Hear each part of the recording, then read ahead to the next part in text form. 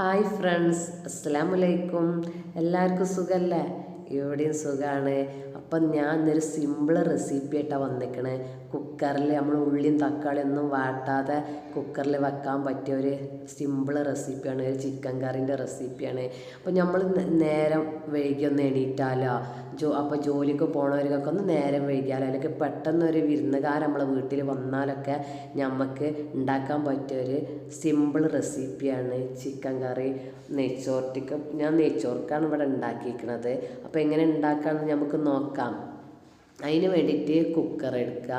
കുക്കറിൽ ഞാൻ ഇവിടെ 3 വലിയ ഉള്ളിയാണ് എടുത്തിരിക്കുന്നത്. 3 വലിയ ഉള്ളി കുക്കറിലേക്ക് ഇട്ടിട്ട് ഏറ്റവും അടിയിൽ സവാള ഇടട്ടോ. സവാള ഇട്ടിട്ട് അത് നിരത്തി ഇങ്ങനെ വെക്കുക. അതിൻ്റെ മേലേക്ക് തക്കാളിയും പച്ചമുളകും അരിഞ്ഞത്, 3 തക്കാളിയാണ് എടുത്തിരിക്കുന്നത്. തക്കാളിയും പച്ചമുളകും അരിഞ്ഞ് അതിങ്ങനെ മേലെ സവാളിൻ്റെ നേരെ മേലെ ഇങ്ങനെ നിരത്തി വെക്കുക. അതിൻ്റെ മേലേക്ക് ഞാൻ 1 ടേബിൾ സ്പൂൺ വെളുത്തുള്ളി ഇഞ്ചി പേസ്റ്റാണ് എടുത്തിരിക്കുന്നത്. പിന്നെ 1/2 ടീസ്പൂണ് മഞ്ഞൾപ്പൊടി, പിന്നെ എടുത്തിരിക്കുന്നത് ഞാൻ 2.5 ടേബിൾ സ്പൂണ് മുളക് പൊടി, അതും എടുത്ത് അതിലേക്ക് ഇടട്ടോ. പിന്നെ നമുക്ക് ഇതിലേക്ക് കറിവേപ്പില വേണം. പിന്നെ കുരുമുളക് പൊടി ഇട്ടു, 1/2 ടീസ്പൂൺ കുരുമുളക് പൊടി, പിന്നെ പാകത്തിന് ഉപ്പിട്ടു. ഇനി കറിവേപ്പില ഇട്ട് ഇനി ആവശ്യത്തിനുള്ള വെളിച്ചെണ്ണ ഒഴിച്ച് നമുക്ക് കുക്കർ മൂടി വെച്ച് ഗ്യാസിന് ഒരു 3 വിസിലടിക്കുക. 3 വിസിൽ ലോ ഫ്ലെയിമിൽ ഇട്ടിട്ടാണോ കത്തിക്കേണ്ടത്. ലോ ഫ്ലെയിമിലിട്ട് 3 വിസിലടിച്ച് കഴിഞ്ഞു.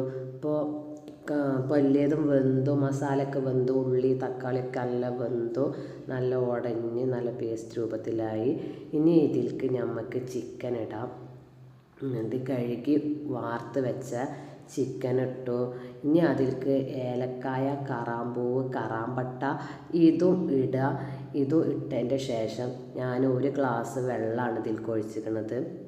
വെള്ളം ഒഴിച്ച് നല്ലൊന്ന് ഇളക്കി കുക്കർ മൂടി വെച്ചിട്ട്, കുക്കറിൻ്റെ മേലെ ഇങ്ങനെ ജസ്റ്റ് ഒന്ന് മൂടി വെച്ചാൽ മതി കേട്ടോ.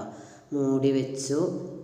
എന്നിട്ട് നമുക്കൊരു മീഡിയം ഫ്ലെയിമിലിട്ട് വേവിക്കുക. അപ്പോൾ ചിക്കനൊക്കെ വെന്ത് കഴിഞ്ഞു. ഇനി വെന്തതിൻ്റെ ശേഷം ഒരു 5 മിനിറ്റ് കുക്കർ തുറന്ന് വെച്ചിട്ട് ലോ ഫ്ലെയിമിലിട്ട് വേവിക്കുക കേട്ടോ.